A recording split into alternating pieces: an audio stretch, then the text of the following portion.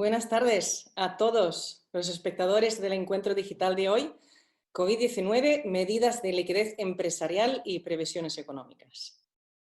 Mi nombre es Ana Fransson, soy la directora general de la Cámara de Comercio Hispano-Sueca y es un honor teneros todos aquí hoy, que tenemos más espectadores que nunca.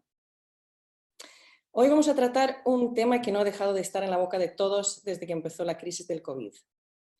Y son, ¿qué ha pasado hasta ahora con el sistema financiero en la crisis del COVID? ¿Y cuáles son las perspectivas de recuperación? ¿Cuál es la situación de los ICOs en España y la estrategia europea? ¿Vamos a ver cambios estructurales en la economía mundial? Pues para contestar estas preguntas tenemos el privilegio de contar con Mauro Fernández Revenga, director de Productos y Servicios de Empresa, y José Ramón Díaz Guijarro, director de Estudios, los dos en Bankia.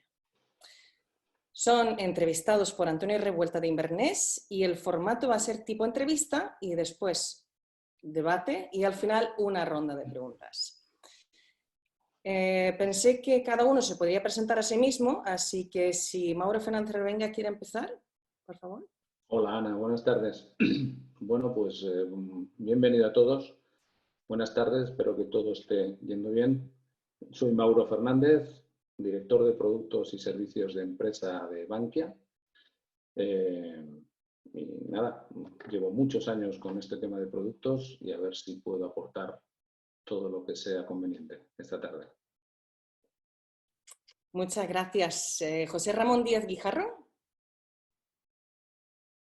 El sonido, José Ramón. Hola, buenas tardes. Un placer estar con vosotros esta tarde, compartir un ratito presentando nuestra visión, ¿no?, de cuál es la situación económica, cuáles son las previsiones. Soy José Ramón Díez, director del Servicio de Estudios de Bankia. Y bueno, encantado de participar en este encuentro con todos vosotros. Gracias, José Ramón. Antonio Revuelta, de Inverness. Hola, buenas tardes a todos. Yo soy Antonio Revuelta, director del Departamento de Business Support Services de Inverness. Inverness es una firma de servicios financieros desde la que prestamos servicios de asesoría financiera, de soporte financiero, de dirección financiera interina a nuestros clientes. Y bueno, estamos encantados de pasar este rato con vosotros. Agradecemos mucho a la Cámara de Comercio este esfuerzo para ofrecer tanto contenido tan variado y de tanta calidad. Y, por supuesto, a José Ramón y a Mauro por su generosidad hoy con todos nosotros. Muchas gracias, Antonio. También decir a los espectadores que esta sesión se graba y se subirá a YouTube, por lo tanto se puede consultar a posteriori. Y si queréis empezar a hacer las preguntas, lo podéis empezar a hacer ya. Abajo del todo en vuestra pantalla tenéis 3 botones. Uno es un botón de chat, que ruego que no se use, sino usar el siguiente botón, que es preguntas y respuestas. Ahí es donde vamos a canalizar todas las preguntas que entran. Y luego tenéis también una manita que podéis dar al botón para hacer una intervención por voz. Y esa ronda de preguntas empieza después de esta entrevista que va a hacer Antonio a José Ramón y Mauro. Así que el escenario es vuestro, señores. Gracias. Perfecto. Bueno, José Ramón y Mauro, pues vamos a ver si empezamos. Y para empezar, yo creo que no hay mejor pregunta que es que nos expliquéis qué tipo de crisis es esta, ¿no? Desde luego, una crisis financiera no parece que sea, o por lo menos causada por el sector financiero. Bueno, efectivamente, yo creo que esta, ya lo tenemos todos claro, es una crisis totalmente diferente a las anteriores. Empezó siendo una crisis regional en sudeste asiático, afectando al lado de la oferta a las cadenas de valor. Y bueno, en cuanto la crisis se expandió por todo el mundo, se ha convertido también en una crisis de demanda ante el parón de la actividad, parón del consumo y de la inversión, y también pues, ha afectado en algún momento al canal financiero. Por tanto, una crisis que tiene muchas ramificaciones y muy diferente a las anteriores. Y además se caracteriza por algo que no habíamos visto nunca, ¿no? Normalmente las políticas económicas son anticíclicas, intentan reactivar las economías ante un shock, sea de oferta o de demanda, y en este caso pues, nos encontramos ante una situación totalmente diferente, ¿no? El Estado lo que hace es hibernar la economía para intentar evitar que en un momento dado la pandemia pues, termine desbordando la sanidad pública y privada, y por tanto se busca algo, insisto, totalmente diferente al anterior, que es congelar la economía hasta que consigamos pues, niveles de inmunidad o por lo menos superar esta etapa inicial donde los servicios sanitarios han estado, la verdad, colapsados. Lo que intentaremos será luego a ver el proceso de descongelación, ¿qué tal, verdad? Sí, yo creo que también esa es la clave, ¿no? Intentar que en términos estructurales el tejido productivo, sobre todo las empresas, pues queden lo menos tocadas posibles para que en ese proceso de desinvernación, pues rápidamente, en la medida de lo posible, pues recuperemos cierta normalidad, aun siendo conscientes de que vamos a tardar todavía un tiempo en volver a ver lo que teníamos antes de, ¿no? En el mes de enero. Y esa sería una gran incógnita, o no es tal incógnita. ¿Cómo se va a recuperar? ¿Qué impacto va a tener y cómo nos vamos a recuperar de ella, ¿no? Estamos escuchando que si en V, que si en U, que si en L. ¿Vosotros qué pensáis? Bueno, primero, si te parece, hablamos del impacto y luego de la recuperación. Bueno, el impacto ya tenemos bastante claro a estas alturas, ¿no? Teniendo en cuenta los datos del primer trimestre y los primeros indicadores del segundo trimestre, que evidentemente, como no podía ser de otra manera, el confinamiento va a provocar un fuerte ajuste de la actividad, ¿no? Lo que sabemos del primer trimestre, caídas trimestrales entre el 1,2 de Estados Unidos hasta el 5,8 de Francia, en un trimestre solo con 2 semanas de confinamiento, las 2 últimas de marzo. Pues hay que imaginar que extrapolando esto al segundo trimestre, pues vamos a ver caídas trimestrales del orden del 15-16% y por tanto en el primer semestre una caída pues, acumulada del 20%. Insisto, como decía ayer el gobernador del Banco de España, tiempos de paz nunca se había visto nada parecido. También pensamos que a partir del tercer trimestre, una vez que empecemos a recuperar utilización de la capacidad productiva, teniendo en cuenta además el efecto base, vamos a ver una fuerte recuperación. Creo que va a ser intensa ya en el tercer trimestre y a partir del cuarto pues tendremos que contar con posibles rebrotes de la pandemia, etc., ¿no? En ese sentido, pues casi todas las entidades estamos funcionando con rangos de previsión, es muy difícil dar un dato, y sí que, por ejemplo, para la economía mundial, pues esa banda está entre el 3 y el 6% de caída, para Europa estaríamos pues entre 7-10%, para la economía española pues estaríamos hablando entre el 8, el 11, 12%, dependiendo de el confinamiento hasta cuándo dure y de cómo sea esa recuperación. ¿Qué es lo importante? Pues pensar que también estamos ante, en teoría, un shock transitorio, es decir, un shock que una vez que se vaya poco a poco solventando los problemas sanitarios, logremos alcanzar niveles de inmunidad suficientes, la vacuna que parece que por las noticias de los últimos días empezamos a ver datos esperanzadores, funcione, etcétera, pues va a haber una recuperación de la actividad, ¿no? Y eso es lo que pensamos la mayoría de los analistas para el año que viene, ¿no? Donde, por ejemplo, para la economía española pues estaríamos dando ritmos de recuperación entre el 6,5 y 8,5. Por tanto, la letrita, pues no sé cuál, pero probablemente como una V asimétrica, tipo Logonite, algo así. Lo importante para mí es en qué momento los niveles de crecimiento y de empleo del cuarto trimestre del año pasado los vamos a recuperar. Yo creo que para ver esa recuperación, esos niveles, pues yo creo que va a haber que esperar al primer semestre de 2022. Pero en ese momento nuestra previsión es que los habríamos recuperado. Cuanto más fuerte el impacto, más fuerte la recuperación. Sí. Cuanto más bajas, más rápido subes también, o no tiene por qué. Bueno, normalmente sí, claro. Cuando las variables económicas se ven impactadas por algún shock, cuando vuelve a la normalidad, pues también la recuperación puede ser también intensa. Lo que pasa que esta vez, insisto, tenemos que jugar con varias variables que se nos escapan a los economistas, ¿no? Y básicamente tenemos que jugar con el tema de la duración de la pandemia, si muta el virus, cuándo reaparece, qué inmunidad es necesaria, cuándo va a estar la vacuna realmente al alcance de buena parte de la población. Claro, todo esto lo metes en una coctelera, intentas extrapolarlo a variables económicas y es muy complicado. Lo lógico es pensar en esto, ¿no? En esta V asimétrica, insisto, con unos escenarios pues, más o menos lógicos, ¿no? En el momento de rebrote estaremos más preparados. La vacuna llegará, no sé si en enero del año que viene o a mitad de año, pero irá llegando, habrá más inmunidad. Con todo eso en la coctelera, fuerte ajuste este año y también yo creo una recuperación importante el año que viene, que no compensará totalmente, como he dicho antes, sino que tendremos que esperar hasta el primer semestre de 2022 para ver aquellos niveles del cuarto trimestre de 2019. Perfecto. Nos dicen que la política monetaria que se adopte desde los organismos competentes es esencial para, bueno, para reactivar la economía y para asegurar una recuperación satisfactoria. Esto es así, ¿verdad?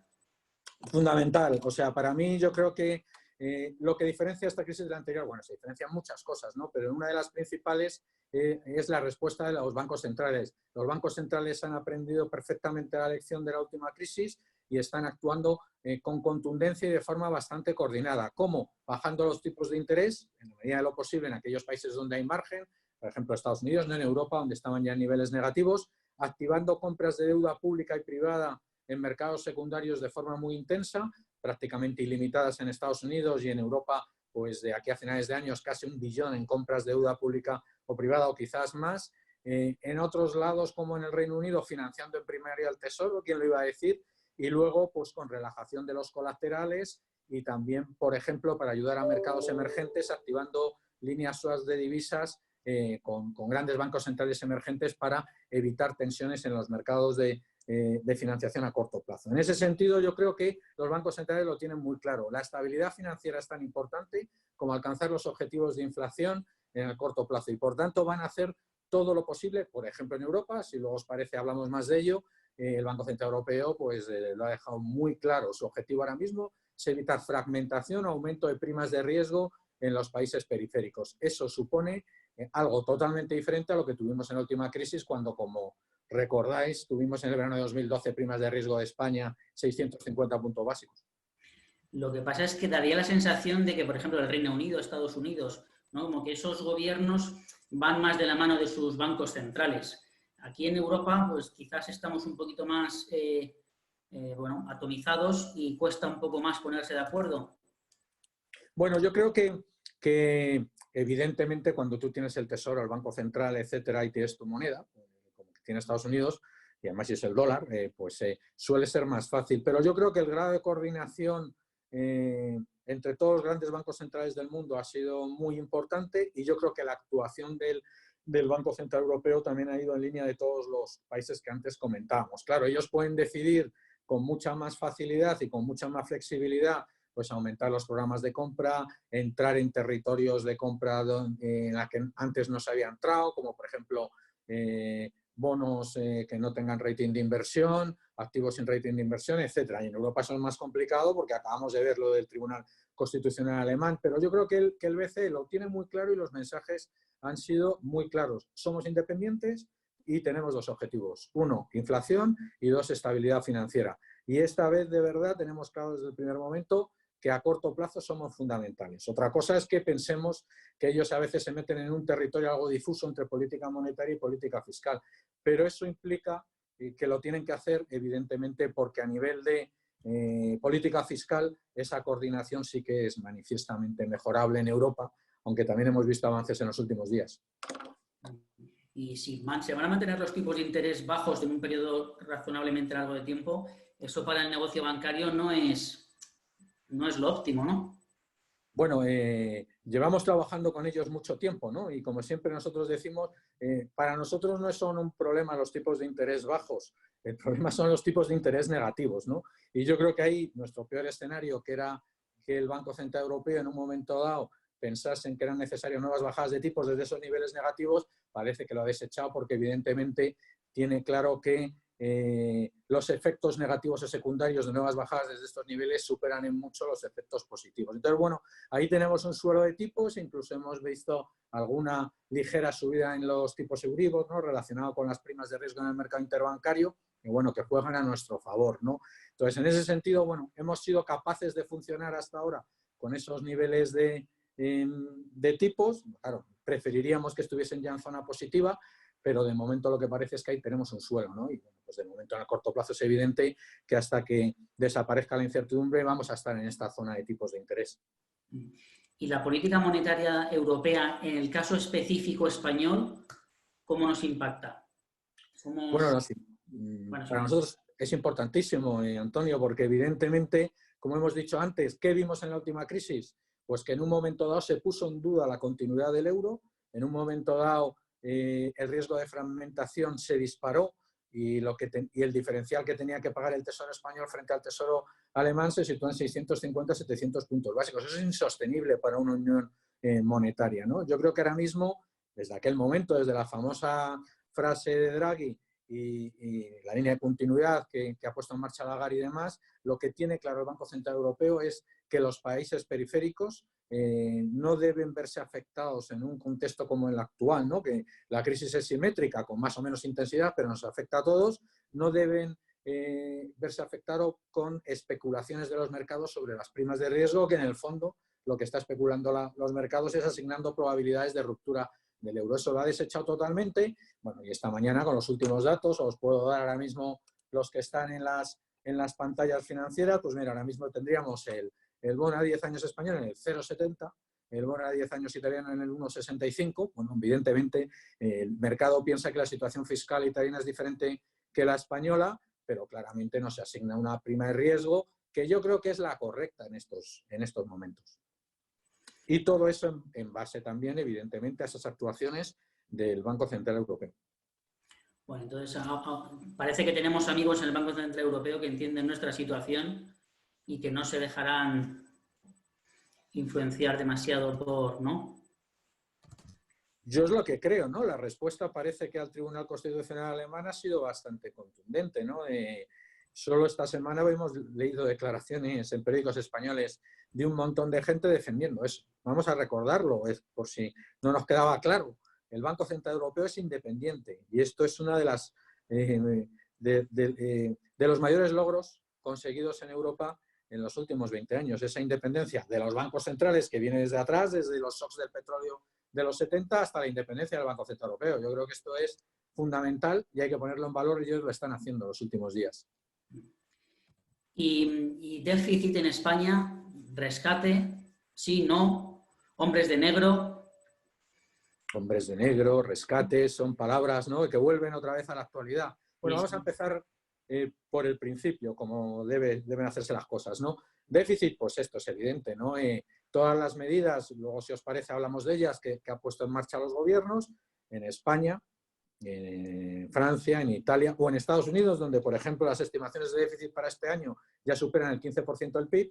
Todas esas medidas, para mí, necesarias y justificadas, van a provocar un aumento de los déficits públicos este año, pongamos del orden de 8 puntos porcentuales de PIB, ¿no? Es decir, si tenemos una estimación de déficit público para España entre el 2, 2,5, pues tenemos a la zona del 10 o por encima del 10, ¿no? Aquí, incluso el máximo guardián de la ortodoxia, como es el Fondo Monetario Internacional, pues nos decía en los últimos informes, en el lado fiscal, hagan todo lo que tengan que hacer, eso sí, guarden los recibos, ¿no? Entonces yo creo que a corto plazo pues está claro que todo esto está justificado, ¿no? ¿Eso que va a conllevar también? Pues evidentemente va a conllevar un aumento de la deuda pública, del ratio de deuda pública, pues entre 15 y 20 puntos porcentuales de PIB en todos los países OCDE, ¿no? Entonces, bueno, esta es un poco la situación. En este contexto, pues está también claro que las necesidades de financiación, es evidente, del Tesoro español, pues van a aumentar en esos 80-90 mil millones. Bueno, tenemos dos vías para financiar eso, ¿no? Aparte de nuestra recaudación y demás, ese exceso. Una, acudir a los mercados de financiación, a los primarios, y de momento pues parece que el Tesoro español se está financiando de una manera relativamente cómoda, sin problemas. Y dos, acudir a todos los mecanismos de financiación que ha puesto en marcha Europa, ¿no? Tenemos que dejar aquí claro que hay dos mecanismos de financiación, uno a corto plazo y otro a medio y largo plazo. A corto plazo, pues ha puesto el SURE, que son los mecanismos para financiar los ERTE, 100.000 millones. Hoy sabemos que el gobierno español lo va a utilizar. Otros son las líneas de avales del BEI. Y, por último, pues el famoso MEDE con sus 240.000 millones. Bueno, de momento, esos 240.000 millones casi sin condicionalidad, que para mí rescate es cuando te prestan algo con una condicionalidad muy dura. Yo creo que el MEDE tiene una condicionalidad muy suave, serían el 2% del PIB español, y la única condición es que vaya a gasto sanitario, pues va a tener un coste de financiación del 0,1. El gobierno de momento dice que no va a acudir a esos 25.000 millones al 0,1, pero bueno, yo me imagino que se los guarda en un cajón por si tiene que utilizarlo. ¿Le queremos llamar rescate? Bueno, le podemos llamar rescate. Lo que yo sé es que son 25.000 millones al 0,1% y como desde muchas fuentes comunitarias insistieron la semana pasada, pues evidentemente está a nuestra disposición.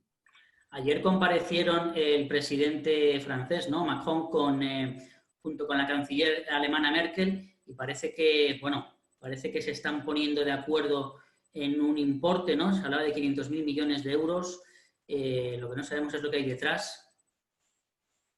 La música suena bien, pero tenemos que ver los detalles, ¿no?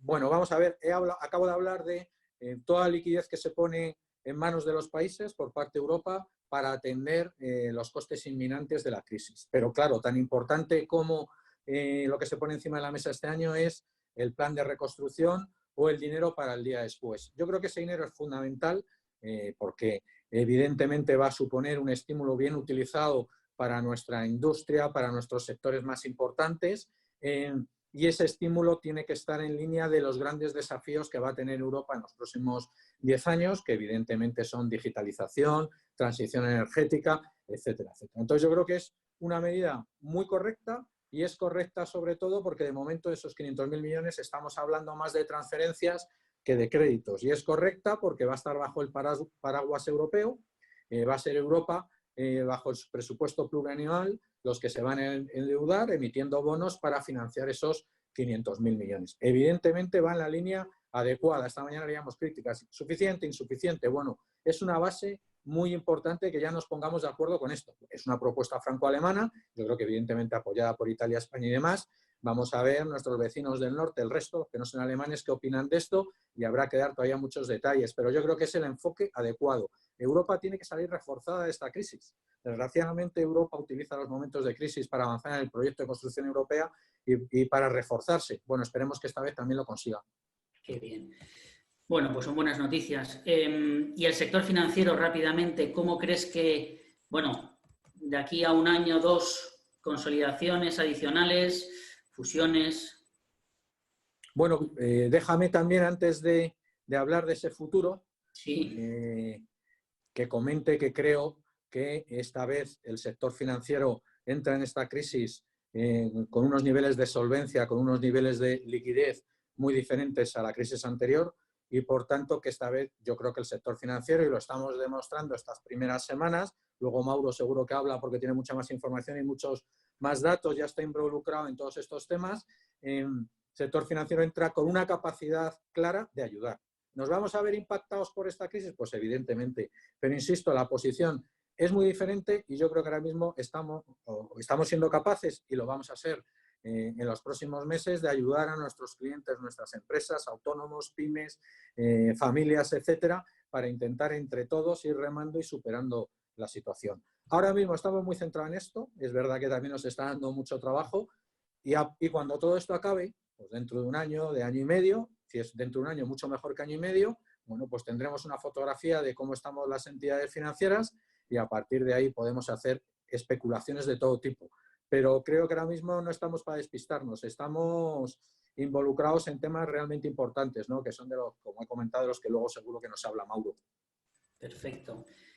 ¿Y cómo veis la crisis por sectores? Sin quizás centrar en ninguno en particular, bueno, siempre hay, ¿no? Siempre hay sectores más impactados por otros, otros que tienen más potencial, más facilidad para recuperarse, otros a los que les cuesta un poquito más.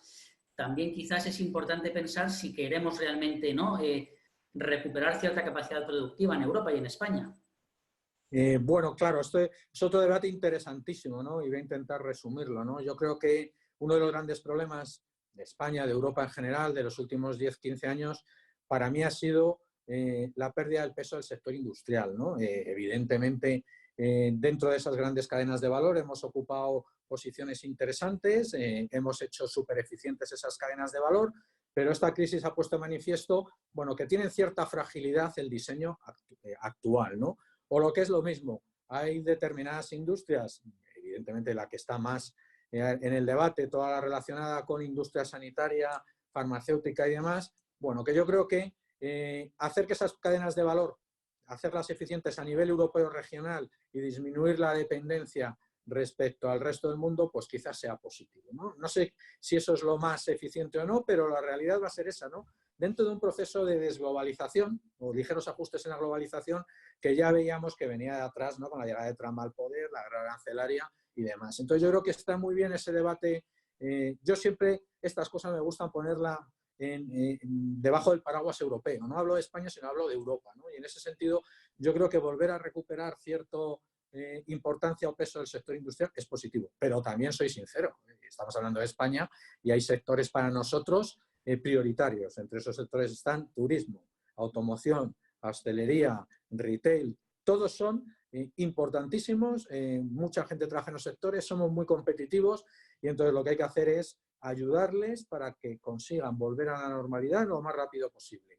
La manera de ayudarles, medidas transversales, medidas directas, pues ya la discutiremos, pero yo creo que hay que hacer que las empresas, que son la clave para la recuperación del crecimiento de nuestro país, estén funcionando muy rápidamente y en la medida de lo posible como estaban funcionando antes de. ¿Cómo ves el sector inmobiliario? Siempre teníamos una exposición fuerte a este sector en España. ¿Cómo lo ves?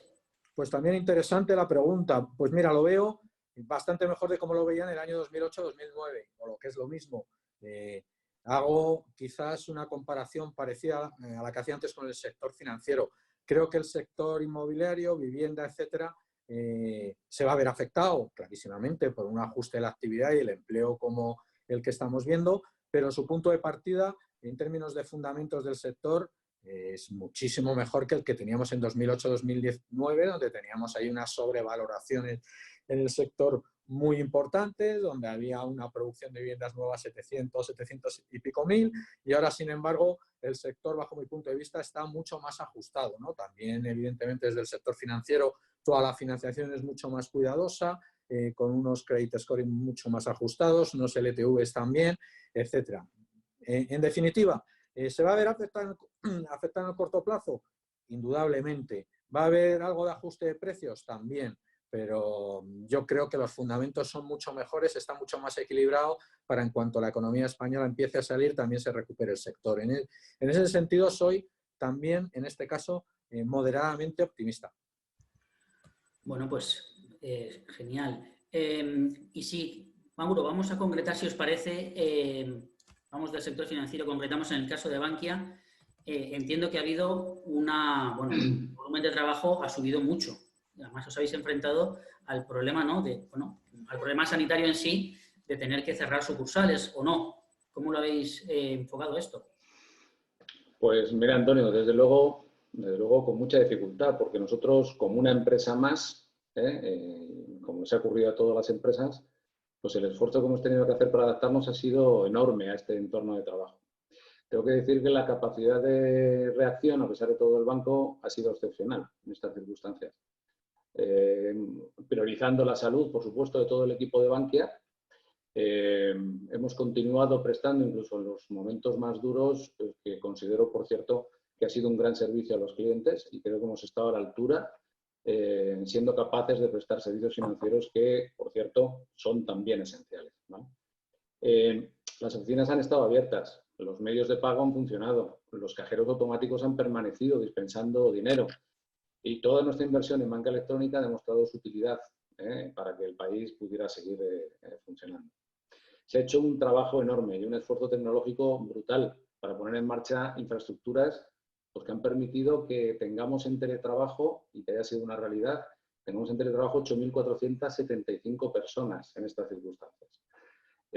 También hemos tenido que hacer un esfuerzo enorme en ciberseguridad, que como sabes que en estos momentos pues, los malos aprovechan para atacar, pero bueno, hemos conseguido que los niveles de fraude no sean diferentes a los niveles de fraude que podemos haber tenido en momentos previos de absoluta normalidad, los índices que teníamos pues, en enero o febrero, ¿no?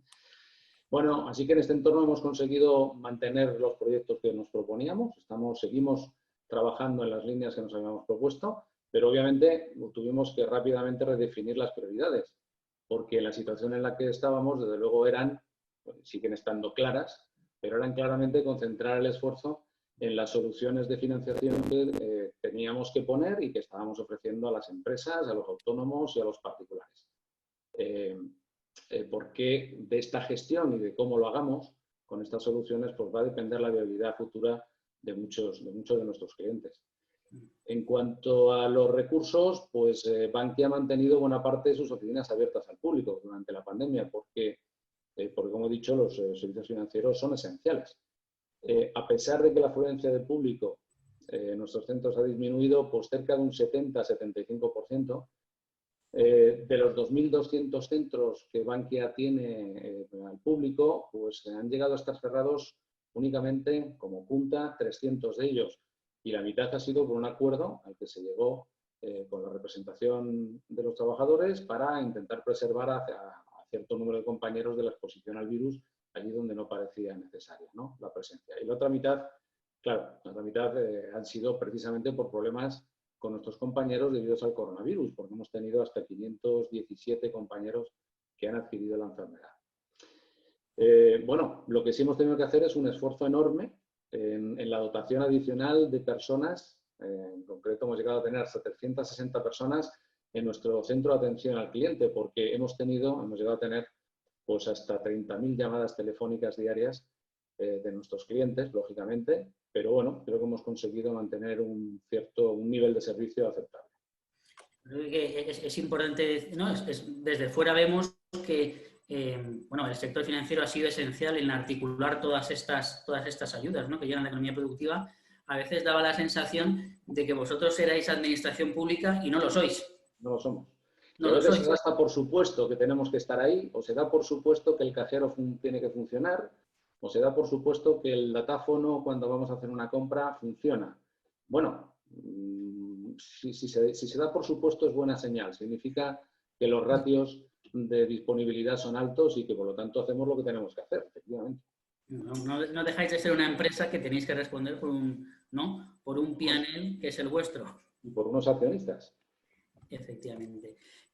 Bueno, pues se ha hablado mucho, efectivamente, ¿no? El producto estrella que ha articulado el gobierno son los préstamos avalados por el ICO. Entonces, bueno, yo creo que gran parte de las preguntas o inquietudes que tiene el público en general giran en torno a este producto. ¿Han llegado a la economía productiva? ¿Cuántos habéis dado? ¿A cuánta gente? ¿Cuánto en volumen en importe, ¿no? Además, ha habido distintas rondas de financiación. Y luego también supongo que alguien se habrá quedado por el camino, ¿no? Peticiones que se han tenido que quedar desatendidas, pues, bueno, pues por unas razones o por otras. Resumiendo, ¿cómo habéis enfocado este producto vosotros? Bueno, hay mucha información ahí. Efectivamente, hoy mismo el Consejo de Ministros, que no sé si a estas horas ya lo habrán anunciado, pero están debatiendo en este momento precisamente nada menos que el cuarto tramo de estos 100.000 millones que en inicio se plantearon, ¿no? O sea, que parece que fue ayer, o sea, parece que esto lleva mucho tiempo, pero en solo mes y medio se ha montado el producto y llevamos ya hasta 4 tramos, ¿eh? 84.000 millones, creo que hoy serán otros 20.000, por lo tanto 84.000 millones de los 100.000 que se anunciaron. Y sinceramente yo creo que efectivamente los avales del Estado que ha puesto el Ministerio de Economía a través de esta línea ICO están llegando a la economía productiva. Mira, en Bankia a la última fecha, al 17 de mayo, nosotros hemos desembolsado ya, o sea, los clientes ya tienen en su cuenta 23.461 operaciones. Y más del 95% de ese número de operaciones han ido a lo que llama el ICO el tramo A, que es ese tramo que está destinado a micropymes, pymes autónomos, y el otro 4,7% restante está dirigido a las empresas de mayor facturación, de mayor tamaño. En total, nosotros hemos incorporado liquidez y hemos puesto liquidez a disposición de nuestros clientes por 6.116 millones de euros, por lo cual hemos utilizado avales del Estado por 4.580 millones. Así que en estas alturas, fíjate, Bankia ha consumido completamente los 3 cupos de avales que se le han asignado hasta el momento, tanto para el tramo A de pymes y autónomos como para el tramo B. Y claro, si calculamos el último dato que tengo de volumen de avales concedidos por el mercado es a fecha 13 de mayo, porque no hay una información constante de este punto. Y efectivamente, a esa fecha, 13 de mayo, pues Bankia mantenía una cuota de mercado del 11,4% de esta línea de avales ICO que está en marcha. Que está, por cierto, es una cuota que está en línea pues, con la cuota de mercado natural que Bankia tiene en el mercado de crédito actualmente en el sector empresarial. A pesar de lo hecho, mantenemos en nuestras TIPAs, en nuestros circuitos internos, tenemos todavía operaciones en curso, solicitadas en curso y muchas de ellas concedidas. Tenemos otras 16.600 operaciones que implican o que significan otros 3.460 millones de euros. Es decir, tenemos un 57% de lo que ya hemos puesto en manos de nuestros clientes ahí esperando que tengamos más cupo.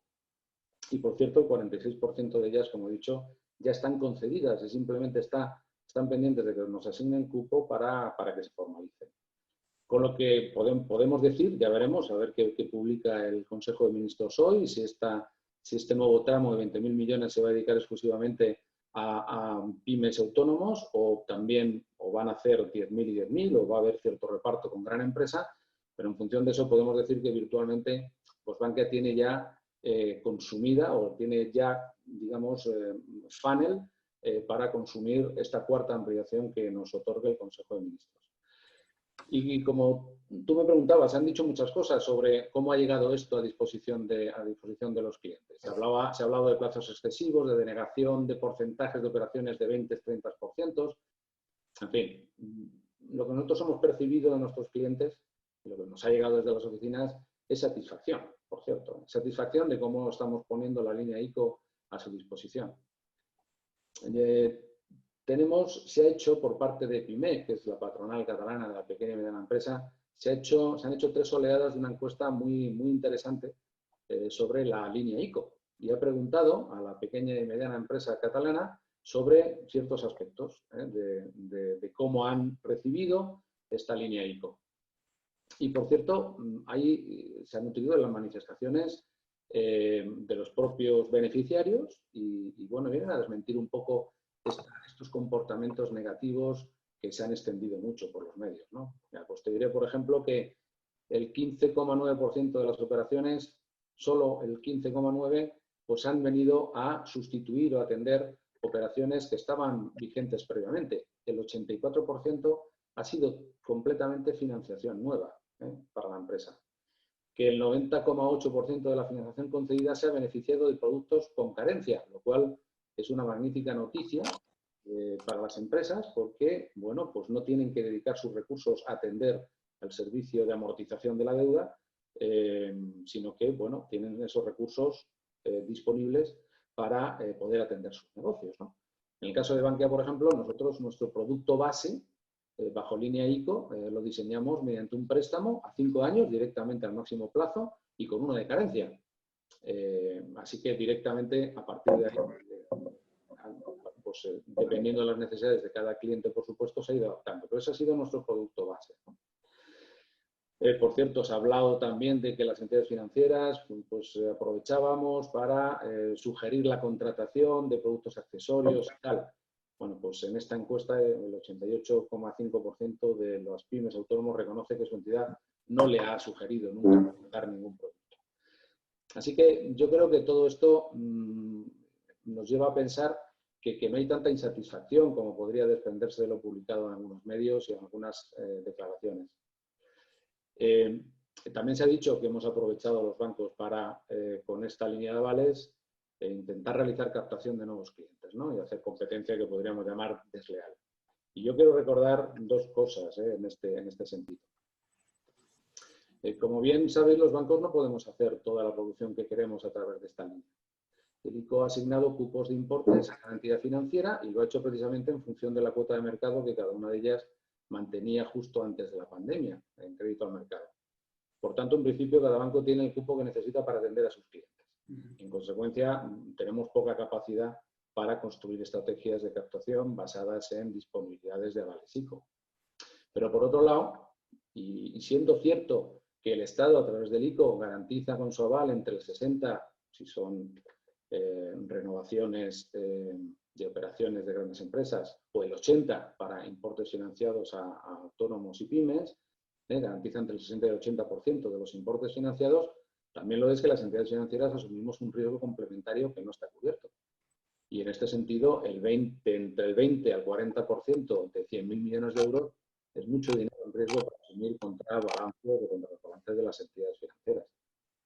En este sentido, a ver, ICO está utilizando a la banca para la distribución de su línea precisamente para aprovechar su capacidad de análisis de riesgos y evitar así esos niveles de morosidad que durante la pasada crisis, entre el 2010 y el 2012, cuando el ICO dio financiación directa a pymes y autónomos, bueno, pues llegó a alcanzar esa morosidad hasta un 83%, ¿no?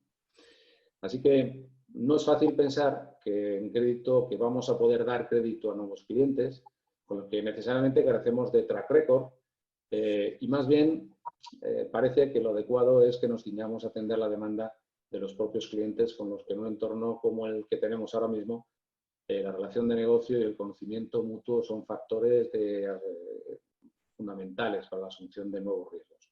¿Tú crees que la premura, todo esto ha sido, ¿no? O sea, mucha operación en un periodo relativamente corto de tiempo, ha bajado, digamos, un poco la calidad, no la calidad, pero bueno, el escepticismo, ¿no?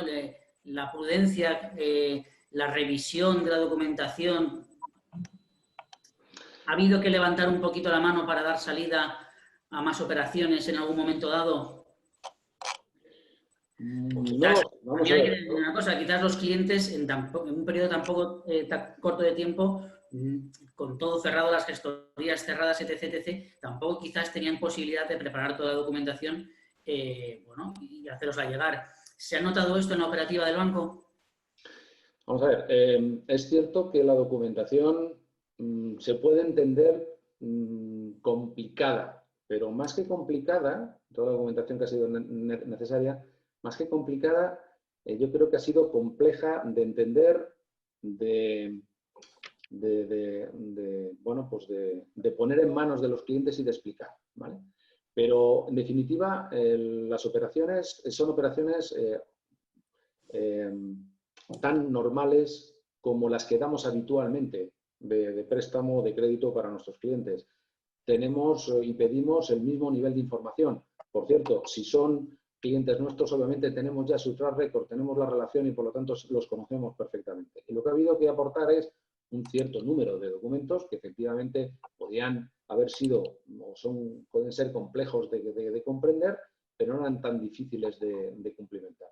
Así que al final esto costó poner en marcha, ha sido nuevo para todos los actores, pero ahora mismo estamos en velocidad de crucero y sinceramente no es difícil poner una operación en marcha con el ICO, y de hecho la PIMEC mismo, uno de los temas que pone de manifiesto es que la media entre la firma de una operación con el banco y por lo tanto todo el proceso que lleva después para asignación del aval, la media han sido de 12 días. Mucho nada que ver con ese mes y medio que yo escucho en la televisión y que sinceramente estaríamos ahora desembolsando las operaciones primeras que se formalizaron, porque estamos hablando de una línea que tiene mes y medio de existencia. Y nosotros, como has visto, hemos desembolsado ya muchas operaciones, muchísimas. Me hablabas antes del funnel, ¿no? De los nuevos tramos. Me preguntan si este funnel, ¿qué vamos a intentar hacer? ¿Clientes existentes o aumentar líneas ya existentes? ¿O vamos a intentar quizás abrir el abanico y al que se ha quedado fuera darle una última oportunidad, por decirlo de alguna forma? A ver, ¿te refieres a los nuevos tramos? Sí. ¿Al nuevo tramo? Sí. Sinceramente no sé todavía cuál es cómo lo va a aprobar el Consejo de Ministros, ¿vale? Yo entiendo que se ceñirá a los contratos marco que ya están firmados y por lo tanto entiendo que serán ampliaciones de importe, que ya veremos cómo se reparten, pero donde las reglas del juego, digamos, van a ser las mismas. Las reglas del juego están, como he dicho, muy orientadas a que cada banco actuemos con nuestra clientela, porque la conocemos, porque podemos, por lo tanto, estudiarlo rápido y dar las operaciones de forma ágil, y porque además tenemos que dedicar el cupo que nos dan a nuestra clientela en el sentido de que nos han dado el cupo conforme a nuestra cuota. Así que se supone que no tenemos mucha disponibilidad para dar a nuevos clientes. Pero sí te puedo decir, Antonio, que no ha habido ninguna instrucción a nadie en nuestra organización para que desestimen operaciones de no clientes. En absoluto. No la ha habido. No la ha habido. Por lo tanto, están entrando operaciones. Es posible que estén entrando operaciones de nuevos clientes. ¿Podría dirigirse un no cliente de Bankia a una oficina de Bankia a pedir un ICO? una operación bajo aval de ICO, sí, no hay ninguna limitación. Ahora, lo que sí tengo que decir es que, obviamente, se supone que el cupo que tenemos es para atender cada entidad a sus clientes. Esa es su filosofía. Yo creo que está claro. Y mirando más a largo plazo, ¿qué nos podemos entender con todos estos activos que se están generando en el balance? Pagos, repagos, reestructuraciones. Si son necesarias o no son necesarias. Bueno, si todo el mundo... Sinceramente, yo creo que es muy pronto, Antonio, todavía para poder realizar cualquier tipo de previsión en el tema de reestructuraciones de deuda, ¿vale? Pero lo que sí tenemos que tener en cuenta es que, lo ha dicho antes José Ramón, es que los bancos tenemos capacidad de ayudar ahora, capacidad que no teníamos en la crisis anterior. Tuvimos una crisis de liquidez tremenda, no teníamos capacidad de ayudar. Ahora creo que tenemos unos niveles de capital y de solvencia que nos permiten ser parte de la solución. Y de hecho, en el propio Bankia hubieron soluciones previas al ICO, porque hay vida antes del ICO, ha habido vida antes del ICO y va a haber vida después del ICO. Antes del ICO, en el momento en que se declaró la pandemia y que tuvimos los primeros atisbos de lo que eran estas medidas de reclusión, vamos a decir, bueno, pues inmediatamente Bankia puso a disposición de sus clientes medidas para dotar de liquidez de forma inmediata y no estaban los ICOs, ni todavía casi se les esperaba. Recuerdo que en el mundo empresarial adoptamos 4 medidas inmediatas. Uno, que lo que decimos es, oye, vamos a ver, todos los vencimientos, o sea, todas las amortizaciones o cuotas de tus operaciones de préstamo, de leasing, que tengas vigentes en los próximos, o sea, que tengas que atender en los próximos 3 meses, te las vamos a financiar. O sea, vamos a poner a disposición de nuestros clientes una cuenta de crédito que se utilice para poder atender las amortizaciones y cuotas de todas sus operaciones de préstamo y de leasing. Así que no dediquen sus recursos a pagar las cuotas de los préstamos, que los dediquen a mantener los puestos de trabajo, a mantener su negocio en marcha. También lo que hicimos fue, oye, todas las líneas de circulante que vencen en los próximos 3 meses, de forma inmediata y de forma automática, vamos a extenderla por 3 meses más. Que no se tengan que preocupar las empresas del problema que significa renovar líneas en estos momentos en los que, por cierto, no se pueden ni desplazar. Pero además, dentro de esas líneas también teníamos disposiciones que vencían inmediatamente. Así que, de manera también automática, dijimos, y todas estas disposiciones que vencen en los próximos 3 meses, de manera automática les vamos a dar una patada hacia adelante y les vamos a prorrogar durante 3 meses más en las mismas condiciones todo. Y bueno, por supuesto, lo que pusimos rápidamente fue una cuenta de crédito a disposición de nuestros clientes de nueva financiación que, que salía en unas condiciones mínimas, y que iba a financiar a nuestros clientes hasta que tuvieran disponibles las líneas ICO que se estaban anunciando. Y esto también hubo medidas para particulares con el tema de las moratorias hipotecarias y moratorias de consumo antes de que salieran los reales decretos que luego han instaurado medidas adicionales de moratorias hipotecarias y de consumo.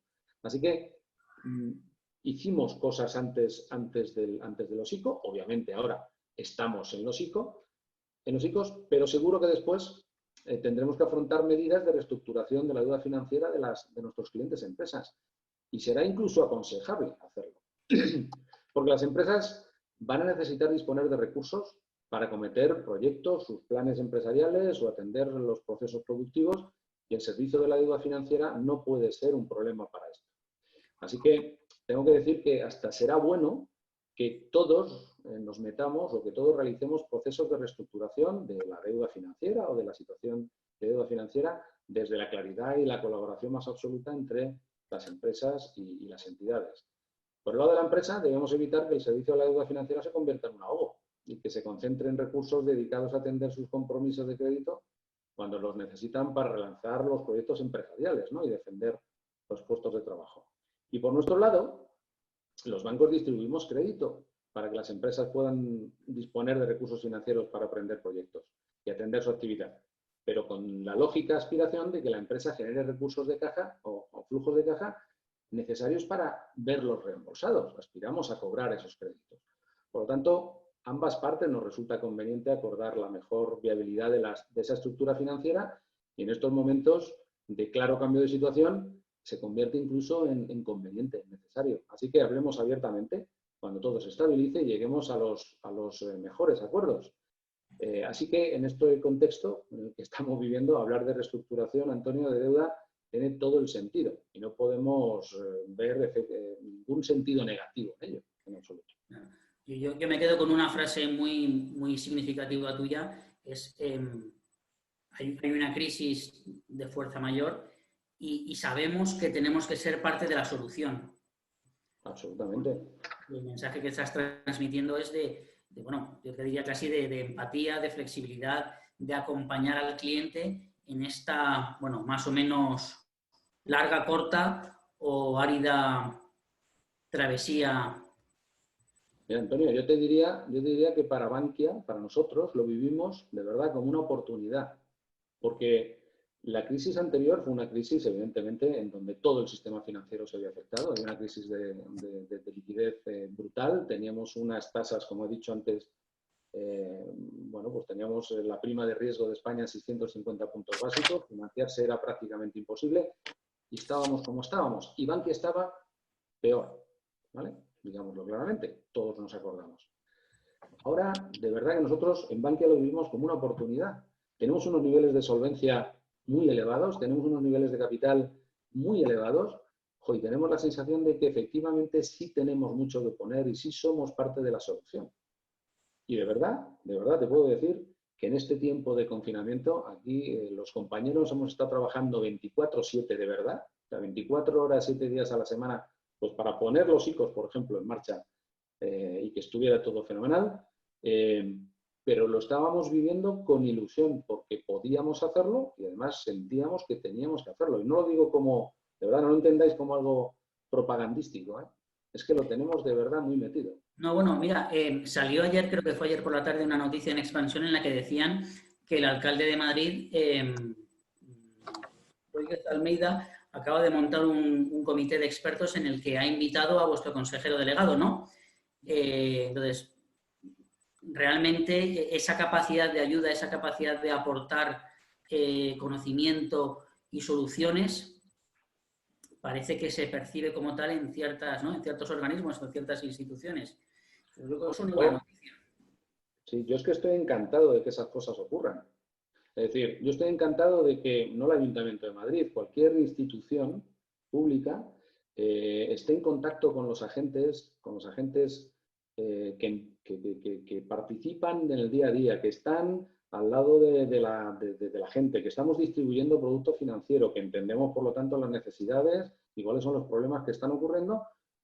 Bueno, y desde luego, si con la participación de nuestro presidente o nuestro consejero delegado, te aseguro que es garantía de conocimiento y, por lo tanto, tendrán mucho que aportar. Pero es que eso lo echo de menos desde el punto de vista financiero, pero lo echo de menos en esa colaboración cuando hablamos de temas sanitarios, cuando hablamos de temas urbanísticos o de cualquier alcance. Y a mí me gustaría ver más personas y más agentes del mercado del día a día, conocedores profundos de la situación.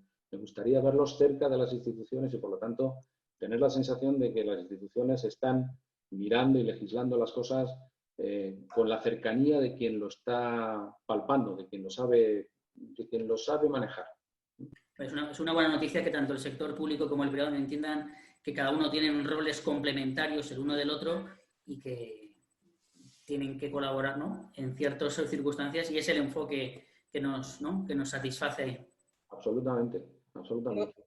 Ana. Gracias, Mauro, y muchas gracias, Antonio y José Ramón. Solo decir que abrimos la ronda de preguntas y los que os habéis incorporado más tarde tenéis abajo 3 botones, uno que es preguntas y respuestas, que es el botón que debéis usar para hacer las preguntas. Hay otro botón que es el chat, que por favor no usen porque preferimos que preguntas y respuestas. Y el último es hacer una intervención por voz, levantar la mano. Y os damos entrada para los que queréis hacer una pregunta. Tenemos una pregunta de Alvin Tusanen que pregunta: ¿qué política interna tiene Bankia ahora mismo sobre el sector de construcción o la de promoción inmobiliaria? política interna. No sé, José Ramón, si tú quieres, pero vamos, sinceramente me pilla un poco alejado el sector inmobiliario, ¿eh? Tenemos una división que específicamente trata el sector inmobiliario y sinceramente me aventuraría si contestara a esa pregunta. Sinceramente, lamentablemente no la puedo contestar. No sé, José Ramón, si tú tienes alguna percepción mejor. No, Mauro, como tú, ¿no? Evidentemente trabajamos con ellos y les damos nuestra opinión sobre la situación del mercado inmobiliario. Hemos empezado a actuar en ese sector de manera conservadora, ¿no? Desde hace un par de años. Y bueno, yo no creo que haya cambiado mucho la brújula en los últimos 2 meses en cuanto a la política de negocio de esa unidad, ¿no? Pero como Mauro no puedo darte más detalles. Bien, tenemos otra pregunta de Alejandro Chiragnolini, que pregunta: ¿el Estado español y o la Unión Europea emitirá bonos y aumentarán su rendimiento? Bueno, esa creo que es para mí. Bueno, yo creo que ese es otro de los grandes debates, ¿no? El tema de la mutualización de la deuda, lo que es lo mismo, la emisión de eurobonos.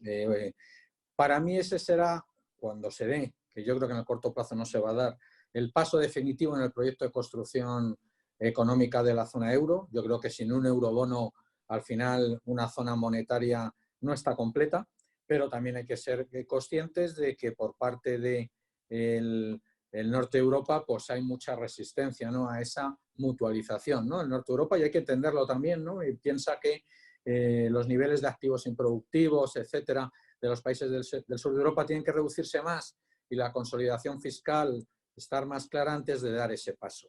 Pero, sin embargo, pues probablemente podamos ver algo intermedio, un paso previo. Y quizás ese paso previo es lo que comentábamos anteriormente, ¿no? Ese proyecto presentado ayer por Macron y Angela Merkel, ¿no? Ese proyecto de 500.000 millones bajo paraguas Comisión Europea con una emisión de bonos de la Comisión Europea. Esa puede ser la primera proxy a ese eurobono que esperemos que lo veamos algún día, porque sería una muy buena señal para Europa. Qué bien, gracias. Yo sé que a Antonio Revuelta le quedaba un par de preguntas que yo me he metido aquí de cabeza. Perdona, Antonio, si querías seguir con la pregunta. José Ramón, ¿qué podemos esperar de una política fiscal, tanto, bueno, sobre todo en España, ¿no?, porque no está armonizada, y si podemos ir hacia una homogeneización a nivel europeo? Bueno, eso efectivamente está muy bien ligado con lo que acabo de comentar. O sea, creo que para que haya eurobonos, para que los países del norte de Europa den ese paso, también creo que el Pacto de Estabilidad se tiene que reformar, ¿no? Yo creo que el gobernador del Banco de España ayer fue muy claro. Hay 2 ideas encima de la mesa. Una, pues hay que hacer todo lo necesario para mantener la renta de los agentes, sean empresas, autónomos o familias, en el corto plazo, ante la crisis de características tan diferentes en la que estamos inmersos, y eso va a provocar un aumento del déficit público y la deuda pública, y todo el mundo a nivel internacional, los más ortodoxos, los heterodoxos, están de acuerdo en que hay que dar esos pasos. Pero a partir de ahí, yo creo que también es cierto que necesitamos, quizás con un horizonte de 8 o 10 años, un proceso de consolidación fiscal en la zona euro, ¿no? Y ese proceso de consolidación fiscal tiene que estar muy bien diseñado, con unos ritmos muy precisos, pero también con unos objetivos muy claros para que al final de ese proceso pues todos terminemos en posiciones fiscales, déficits estructurales mucho mejores que las que ahora, y probablemente al final de ese proceso podamos dar ese paso definitivo hacia eurobonos. Entonces yo creo que ahí todavía no estamos, pero vamos a estar, y a mí me parece que es importante empezar a pensar en ello. Y el gran enemigo de la armonización fiscal, ¿qué puede ser? El gasto público, ¿no? Si lo comparamos entre países, niveles de gasto público muy dispares los unos de los otros con respecto a los distintos países, bolsas de economía sumergida más grande en unos países que en otros, que están por definición fuera de lo que es la capacidad recaudatoria de la administración. ¿Cuáles son las grandes barreras o simplemente voluntad política? Bueno, yo creo que al final también Europa debe permitir ciertos grados de libertad, ¿no? Porque tenemos desde modelos con una presencia del sector público muy importante como es Francia, ¿no?, donde el nivel de gasto en porcentaje de PIB supera el 50%, hasta otros países, bueno, el Reino Unido desgraciadamente ahora se sale, o Irlanda o países del este, donde los niveles de gasto público son muy inferiores. Entonces, yo creo que también aquí, si pensamos que todos debemos converger en los mismos niveles de gasto público y de impuestos en porcentaje de PIB, yo creo que eso va a ser muy difícil. Tenemos que dejar también ciertos grados de libertad para cada país decida cuál es esa combinación de estado de bienestar y impuestos que necesita. Pero también tenemos que ser conscientes, las poblaciones de los países más partidarios de un estado de bienestar fuerte, con unos servicios sanitarios potentes, con una administración pública, una educación también potente o con un sistema de pensiones generoso, que para tener eso tenemos que reformar fiscalmente, ampliar la base y probablemente pues intentar recaudar más. Entonces, al final, cada país va a ser una decisión de sus ciudadanos qué combinación de gasto y de impuestos está dispuesta a asumir. Pero lo que también es cierto es que para mí una variable tan importante como el déficit estructural tenemos que homogenizarla y llegar a niveles, bajo mi punto de vista, por debajo del 1% en todos los países, para que cuando se vuelva a producir una crisis como esta y el efecto cíclico del déficit impacte como este año, no se nos vayan las cuentas públicas de madre. Entonces, yo creo que es un poco esa idea. Cada uno tenemos que decidir combinaciones de ingresos y gastos, pero siempre buscando cierta consolidación fiscal y cierto equilibrio entre los dos lados. Uno de los grandes problemas es la competencia entre estados, ¿no? Es decir, porque te da la sensación de que, bueno, pues sabemos que muchas empresas se querían ir a Irlanda porque tiene una fiscalidad quizás más ventajosa, o que pueden irse a Holanda. Y luego entre los propios estados, ¿no? A Madrid a veces se le achaca que es, bueno, pues que tiene una carga fiscal inferior al de otras comunidades. Hay mucha gente a la que poner de acuerdo, ¿no? Sí, yo lo creo, ¿no? Que al final tienes que dar cierta flexibilidad para que cada uno decida un poco esa combinación acorde con los deseos de los ciudadanos y también con la eficiencia que tú tengas fiscal en tu zona administrativa, ¿no? Pero también es verdad que habría que evitar la competencia desleal. Yo también creo que vamos hacia nuevos impuestos.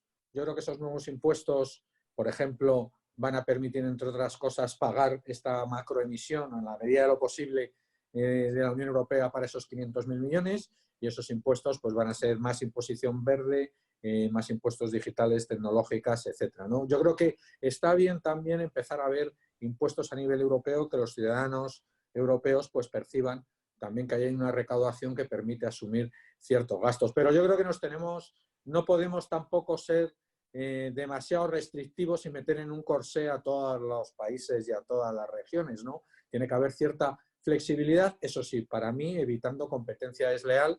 Yo en mi caso no quiero dar nombres de países, pero los conocemos todos, ¿no? Sí, bueno, entonces nos podemos esperar, en vez de una tasa Google, una tasa COVID. Pues probablemente, ¿no? Efectivamente va a haber tasas ligadas un poco a todo este proceso de reconstrucción. Y yo creo que eso es en lo que está trabajando la Comisión Europea, en el diseño de esas tasas europeas, ¿no? Y bueno, pues esas tasas serán buenas y también será muy positivo que haya más homogeneidad en otras cosas, como en los seguros de desempleo, etcétera, ¿no? O en los esquemas de suspensión temporal de empleo, como los que acabamos de ver, que se han puesto en funcionamiento en buena parte de los países europeos, los ERTE españoles, Kurzarbeit alemanes, bueno, pues que están permitiendo que el ajuste del empleo en intensidad sea muy inferior al ajuste del PIB, ¿no? Y yo creo que están siendo esquemas muy interesantes que, por ejemplo, no tienen en Estados Unidos. Y claro, en Estados Unidos, en básicamente 6 semanas, el número de inscritos en la oficina de desempleo aumenta en 34 millones de personas. Es cierto que a ellos les han mejorado los subsidios, etcétera, pero el ajuste ha sido brutal. Es cierto también que Estados Unidos rápidamente, cuando recupere economía, recuperará puestos de trabajo, pero yo creo que esos esquemas, por ejemplo, europeos, están funcionando de forma inmejorable de momento, ¿no? A ver hasta cuándo los tendremos que extender. Poco a poco tendremos que precisar más sectorialmente esos esquemas, ¿no? Pero mi opinión es que están funcionando muy bien. Qué bien. Bueno, como se volverán a la banca para recaudar más, pues volveremos a retomar este tema cuando se instrumenten estos productos. Muchísimas gracias, José Ramón. Y estamos llegando al final de este encuentro digital y me gustaría preguntar a Antonio si tenías una pregunta más, ¿no? Hemos cubierto, hemos hecho la ronda completa. Muy bien. Pues entonces, si Mauro quisiera hacer un cierre, Bankia quisiera hacer un cierre.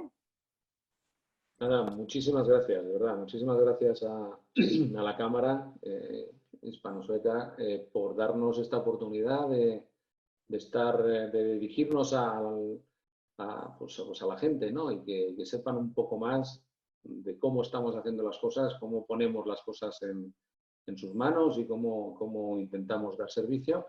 Y encantados de dar información si esa información ha sido útil. Espero que lo haya sido para todos vosotros.